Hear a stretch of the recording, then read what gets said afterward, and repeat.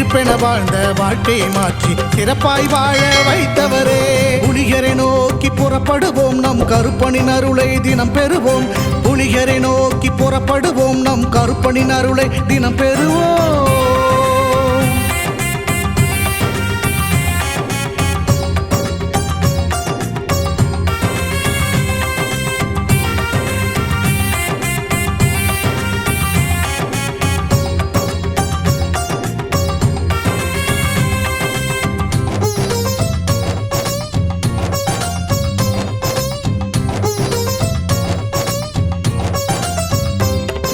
தங்கமும் வைரமுமாய் வீட்டில் தங்கிடும் என்றே ஆசையும் அவர் தந்தார்.